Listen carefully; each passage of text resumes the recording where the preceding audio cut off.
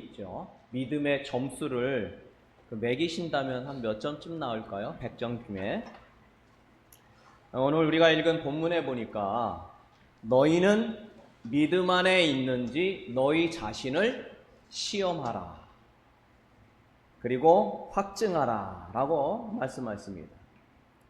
그러니까 이 말씀의 뜻은 자기 자신이 그 믿음 안에 있는지 점검을 하라는 것이고 자신을 스스로 시험해 보라. 그런 뜻인 것이죠.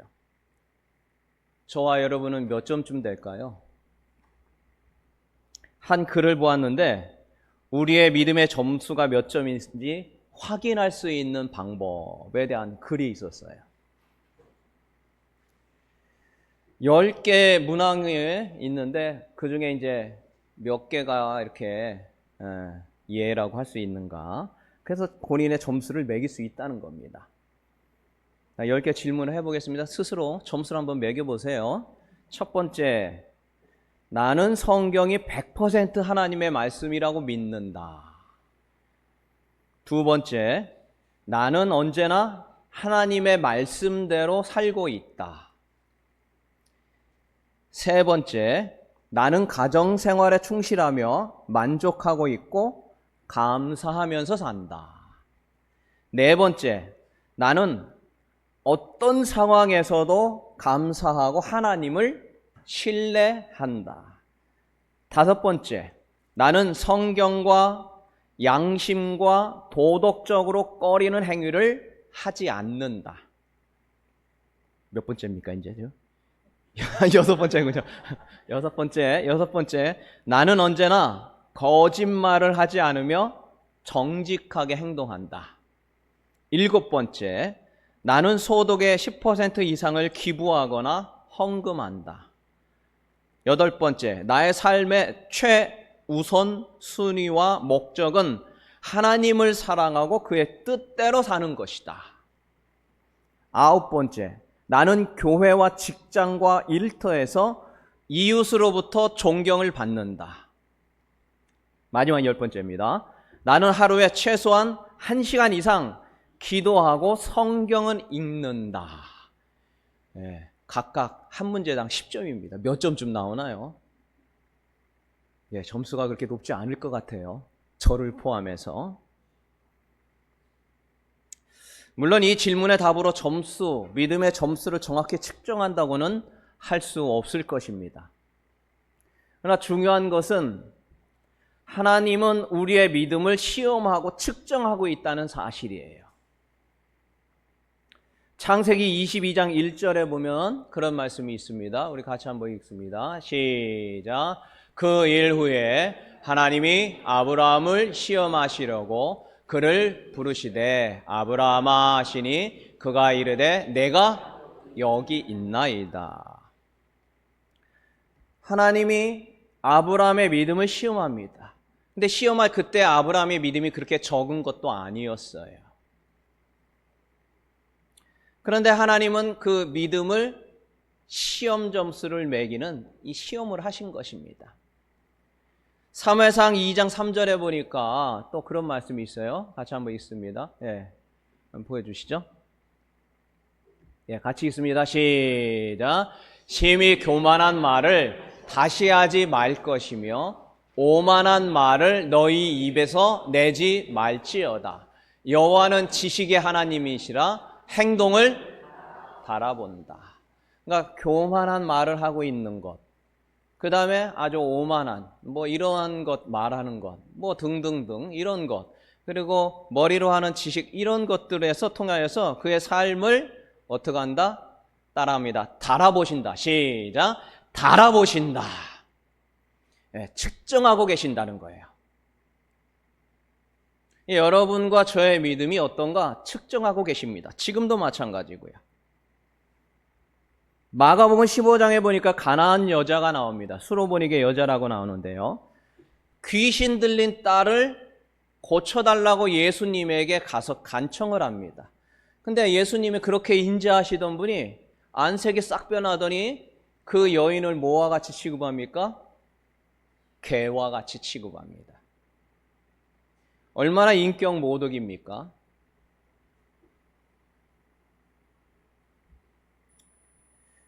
이것이 바로 주님의 시험이었습니다. 주님의 믿음 측정 방법이라는 거죠. 그런데 가만히 생각하면 주님이 이렇게 보면 우리 믿음이 어떤지 모를까요?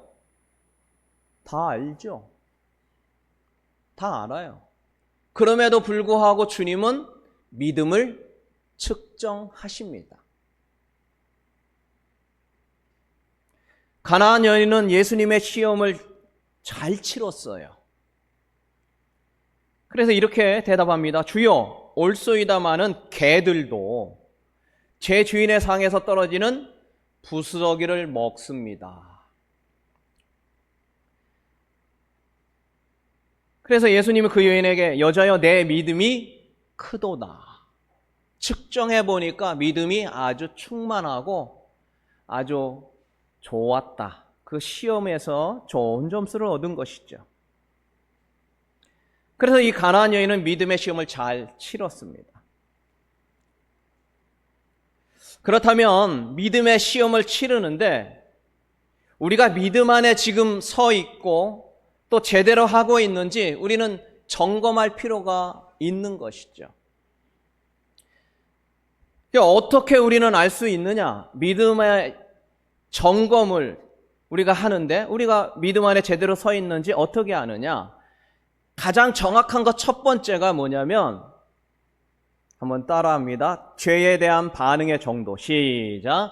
죄에 대한 반응의 정도. 죄에 대한 반응의 정도입니다. 이것이 가장 확실한 증거입니다. 믿음 안에 제대로 서 있는지 그렇지 않은지. 확실한 방법은 죄에 대한 죄를 대하는 마음의 고통의 정도입니다. 이게 무슨 얘기냐?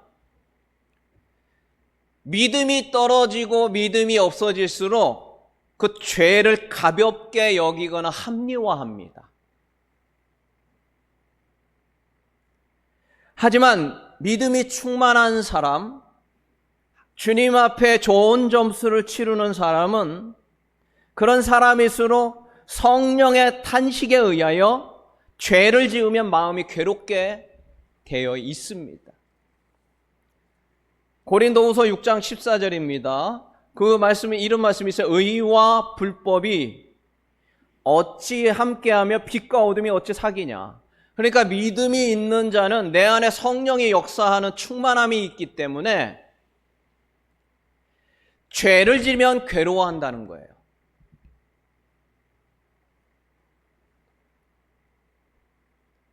의와 불법이 같이 가는 게 아니라 하나님의 믿음의 은혜 있으면 성령의 은혜가 충만하게 되고 그렇다 한다면 불법이 멀어지게 되고 어둠이 물러나게 이게 자연스럽게 그렇게 된다는 거죠. 그러나 반대로 믿음이 식어지면 죄를 지어도 별로 감흥이 없어요. 괴로워하지 않습니다. 다윗을 보세요. 믿음이 얼마나 좋았습니까? 믿음이 아주 좋았죠. 그런데 시간이 지나면서 믿음이 떨어지고 결국에는 남의 아내 밧세바와 잠자리를 같이 하는 간음죄를 집니다. 회개했다는 장면이 안 나와요.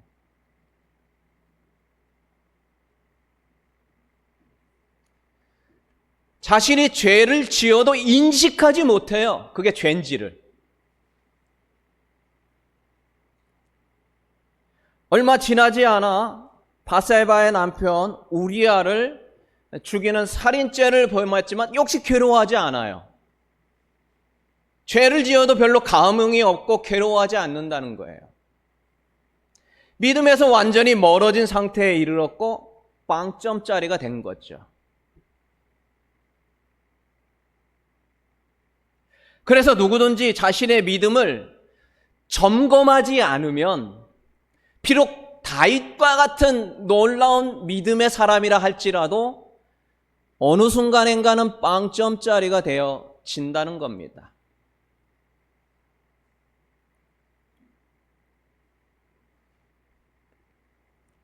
그래서 우리는 예수님을 돈에 팔아먹은 제자 가룟 유다처럼도 될 수 있다라는 사실이에요.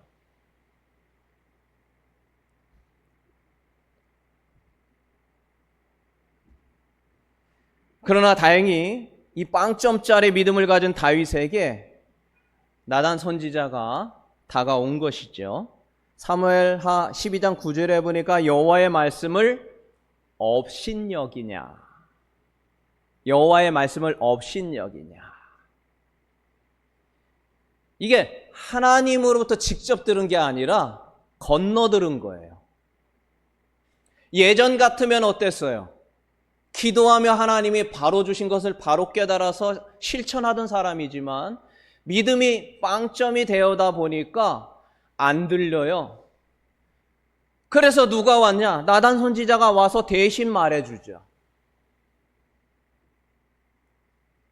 여호와의 말씀을 업신여기냐. 그래서 이 여호와의 하나님의 말씀이 다윗을 고꾸라뜨리고 회개하게 합니다. 그래서 시편 51편에 보면 죄를 괴로워해요.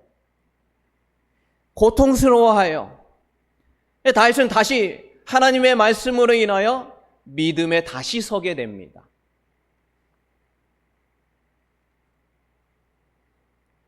로마서 10장 17절에 보니까 이런 말씀이 있죠. 같이 한번 읽습니다. 시작. 그러므로 믿음은 들음에서 나며 들음은 그리스도의 말씀으로 말미암느니라.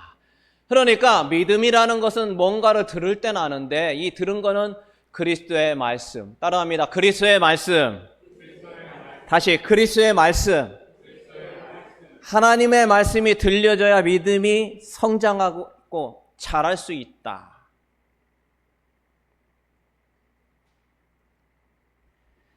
죄를 짓고도 그렇게 당당했던 다윗이 어떻게 믿음을 다시 성장할 수 있느냐? 하나님의 말씀을 들었기 때문인 거죠. 그래서 우리 자신은 늘 진단해야 합니다. 무엇을? 내가 제대로 믿음 안에 서 있는가를. 죄를 지었을 때 숨거나 핑계를 대지는 않는지, 아니면 내가 죄를 짓는 것 자체를 아예 인식을 안 하고 살아가는지. 우리가 거짓말을 하고도 그냥 아무렇지도 않은지, 남의 뭔가를 속이고도 아무렇지도 않다면 내 믿음의 점수를 측정할 수가 있는 것이죠. 남을 비난하고 비판하면서도 그게 아무렇지도 않은지, 남을 험담하면서도 아무렇지도 않은지, 아니면 내가 괴로워하고 있는지. 그래서 이 믿음이 내가 서 있는가 아닌가는 이 죄에 대해 얼마만큼 민감한가로 알 수 있다는 겁니다.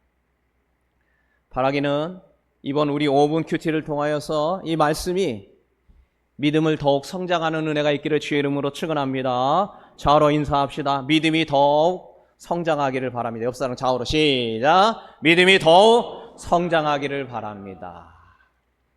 이제 하나님의 말씀을 읽을 때 그 말씀이 마치 나단 선지자가 다윗을 깨웠던 것처럼 우리는 기도하면 하나님이 언제나 말씀하시는데 그 통로가 막히니까 안 들렸던 건데, 우리 이 5분 큐티의 말씀을 통하여 하나님의 음성이 들려지는 은혜가 있기를 주의 이름으로 축원합니다. 두 번째로 우리가 믿음 안에 서 있는지 어떻게 아느냐. 두 번째는 그런 거예요. 가치관의 변화로 삶의 목표가 바뀌었나. 따라합니다. 가치관의 변화로 삶의 목표가 바뀌었는가. 여러분, 우리가 예수 믿으면, 믿음 안에 살면 인생의 목적이 내 행복이 아니에요. 나 좋아서 뭐 하고, 그게 아닙니다. 그래서 인생의 목적이 하나님의 영광으로 바뀌게 돼 있어요. 예전에 좋아하던 거를 이제 싫어해요. 버리고요. 예전에 싫고 하기 싫은 거는 이제는 하게 돼요. 나의 만족을 위해 살던 사람이 하나님이 뭐가 기뻐하는지에 관심을 갖게 된다는 거죠. 그래서 그걸 따라가려고 하는 거예요. 고린도 후서 5장 15절의 말씀을 보니까 같이 읽습니다. 시작. 그가 모든 사람을 대신하여 죽으심은 살아있는 자들로 하여금 다시는 그들 자신을 위하여 살지 않고 오직 그들을 대신하여 죽었다가 다시 살아나신 이를 위하여 살게 하려 합니다. 나 자신을 위해 사는 게 아닌 거예요. 부활하신 예수님을 위해서 살겠다고 이렇게 선언하고 있는 것이죠, 바울이. 그래서 내가 세웠던 계획들을 다 접어두고 내가 최고다 생각했던 그 가치관이 변화가 되는 것이죠.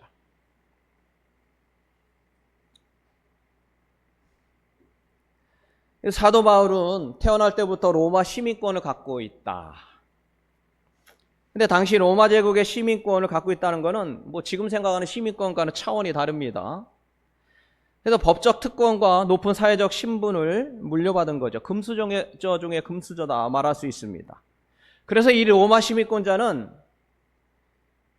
재판을 받을 때 유죄 판결이 나오기 전까지 자백을 받기 위해서 채찍질이나 고문을 할 수가 없어요. 그리고 총독의, 지방 총독의 재판이 불공정하다면 황제에게, 당시 황제에게 가서 직접 재판을 받을 수 있는 권리가 있고, 또 사유재산을 보장받습니다. 국가가 함부로 그 사람의 재산을 처리할 수 없습니다. 면세 혜택이 있습니다. 다른 백성들이 내야 했던 가혹한 인두세가 제외되거나 감면이 되고, 참정권이 생겨서 로마 민의에 투표할 수 있고 공직에 출마할 수 있는 참정권을 가집니다. 그래서 로마 시민권을 가진 사람은 전체의 10에서 15% 미만의 아주 극소수의 엘리트 집안이다 라고 말합니다. 게다가 당시 최고의 율법학자였던 가말리엘 문화, 최고의 학문을 수학했던 모든 사람의 부러움을 살 만한 사람이 누구였다고요? 바울이었죠. 그런데 빌립보서 3장 8절에 보니까 우리 같이 읽습니다. 이렇게 고백하죠. 시작. 또한 모든 것을 해로 여김은 내 주 예수 그리스도를 아는 지식이 가장 고상하기 때문이라. 내가 그를 위하여 모든 것을 잃어버리고 배설물로 여겼다. 내가 이만한 게 엄청난 특권을 갖고 있고 누릴 만하지만 이거를 뭐로 여겼어요? 쓸모없는 것으로 여겼다. 가치관이 완전히 바뀐 거예요. 그냥 바울은 아무것도 안 하고 돌아다녀도 다른 사람들이 다 부러워하는 사람입니다. 그 삶의 가치관이 이 사람이 예수 믿는 사람들, 이단자들, 기독교 이단자, 하나님의 섬기는 거 방해하는 자들이다라고 이렇게 그게 목적의 삶을 해서 살아가던 거를 다 바꿔버렸잖아요. 가치관이 변한 거예요. 삶의 인생의 목적이 달라요.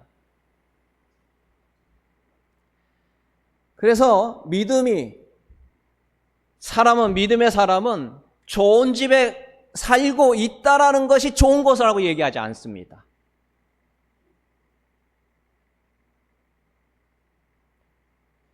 좋은 직장에 다니고 있는 것이 좋은 것이다. 가치관이 바뀌었어요. 보는 눈이 달라요. 최고의 명문 대학에 나와서 이게 좋은 게 아니라는 거죠. 편안하고 안락한 삶을 사는 거, 이거 좋은 것이 아니라는 것이죠. 최고로 가치로 여겼던 모든 세상적인 것들을 다 내려놓는 것이죠. 얼마 전에 그 카톡으로 그 영상을 받았는데 그 제목이 뭐냐면 해외 선교비의 증여세 폭탄, 한국교회 비상. 선교비 보내려면 증여세 내고 보내라. 그래서 한국교회 비상이라는 거예요. 그래서 증여세만 700억 내게 생겼다는 거예요. 그래서 그 기독교 뉴스에 나오는 그런 영상을 봤는데 그 내용을 이렇게 보니까 올해입니다. 올해 2월 27일에 시행령이 변경이 됐다는 거예요. 그래서 교회가 보내는 선교비에도 증여세를 부과해야 한다. 그런 내용인데 2단에서 해외 송금하는 거에 대해 증여세를 부과하면서 대통령령으로 정해지면서 이렇게 되었다. 근데 2단을 막으려 하다 보니까 공익법인인 교회에 다 영향을 주게 된 거예요. 네, 뭐 그런 내용이었어요. 근데 이 문제를 그것을 인식하고 이거를 이제 해결하기 위해서 앞장서는 사람이, 그 대책을 세우는 사람이, 그 영상에도 나와요. 그 한교총에, 우리나라 이제 교회들이 이제 총연합한 그 한교총에 그 세정대책위원장을 맡고 있는 어떤 한 회계사님입니다. 근데 공교롭게 제가 그 회계사님하고는 개인적인 친분이 있어요. 2018년도에 그 한창 그 종교인과세 막 이게 나왔잖아요. 근데 이제 제가 또 그때 또 강의를 조금 했거든요. 근데 그때 이제 우연히 만나게 됐는데, 이 회계사님은 아주 우리나라 최고 그 회계법인 있죠. 거기에서 오랫동안 있다가 서울에서 그 회계법인을 이제 설립해서 꽤 잘 나가는 대표로 있었어요. 아니 근데 이게 저하고 만나고 나서 이분이 꼭 잘 나가던 거를 그냥 다 관둬버리고 종교인과 관련한 세무와 재정으로 이게 다 바꿔버렸어요. 아예 확 바꿨어요. 전 돈도 안 되고 아주 번거롭고 힘들거든요. 근데 이게 참 뛰어든 게 참 놀라웠죠. 그래서 이제 같이 이제 교제하고 알고 지내다가 나중에 이제 시간이 좀 지나가지고 그 회계사님한테 이제 물어본 거예요. 돈도 되지 않고 도리어 자기 돈을 들여가면서 해야 돼요. 예, 들여가면서 하고 힘들기만 하고 이런 일을 왜 했냐 하고 제가 이제 물어봤어요. 근데 이제 그분이 하는 말이 그래요. 내가 돈을 벌 만큼은 벌었습니다. 서류를 이게 조금만 이렇게 하면 한 몇 억 생기는 거 다반사래요. 네, 몇 억 생기는 거. 그런데 삶에 참 무가치하더래요. 삶의 무가치함을 느꼈습니다. 이렇게 살다가 죽는 것이 인생인가에 대한 생각도 많아지고, 그래서 삶에 있어서 의미 있고 가치 있는 일 하고 싶어 했던 차에 목사님을 만나서 이 일에 뛰어들었습니다.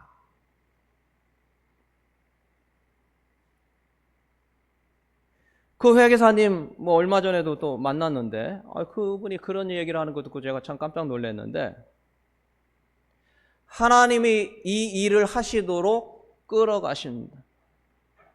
나는 그저 따라갈 뿐입니다. 이 말을 듣고 하나님이 한국교회를 위해서 귀하게 사용하겠다라는 생각이 들었습니다.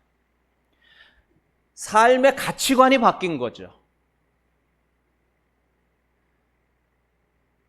그래서 가치관이 바뀌니까 어떤 일을 앞으로 남은 생에 해야겠다라는 삶의 목표가 또 바뀐 거예요.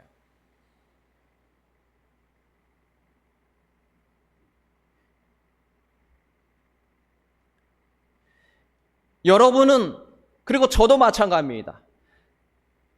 예수 믿고 삶의 가치관이 바뀌었냐라는 거예요. 어떤 삶의 목표를 향해 가고 있느냐는 거예요. 남은 생애를 무엇 하려고 하냐, 그것이죠. 아니면 아직도 돈을 쫓고 세상을 쫓고 좋은 집을 갖고 좋은 직장을 갖고 좋은 대학을 나오고 안락한 삶을 살다가 편안하게 가려느냐. 물론 그렇다고 편안하고 안락한 삶 살지 말라는 것이 아닙니다. 그래서 우리가 믿음을 측정하려면 삶의 가치관이 바뀌었고 내가 살아가는 목표가, 그 목적이 바뀌어 있는가를 측정하면 된다는 거예요.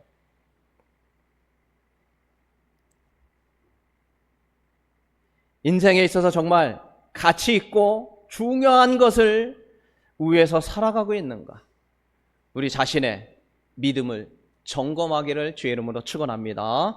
말씀을 마칩니다. 하나님께서 우리의 믿음을 점수로 매기신다면 몇 점이 나올까요? 오늘 주님은 그렇게 말씀합니다. 너희 자신을 시험하라, 확증하라, 점검하라. 오늘 그 말씀에 의지하여 오늘 우리 자신의 점수를 스스로 매겨 보았습니다. 두 가지로 봤어요. 죄에 대해서 얼마나 민감한가를 보아라.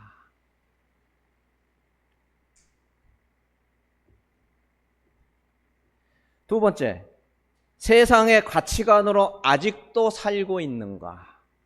아니면 세상의 것들은 배설물과 같이 여기는지, 내 삶의 어떤 목적들이 무엇을 갖고 있는지, 난 뭘 하기 위해서 살아가고 있는지, 자기 스스로 점검하라는 것입니다. 우리 속에 주님이 주시는 말씀을 통하여서 하나님 앞에 우리의 자신을 점검하고 시험하고 확증하여서 세상에 온전하고 주님이 원하시고 기뻐하시는 그 일을 이루어서 하나님께 영광을 돌리는 우리 모두가 되기를 주의 이름으로 축원합니다.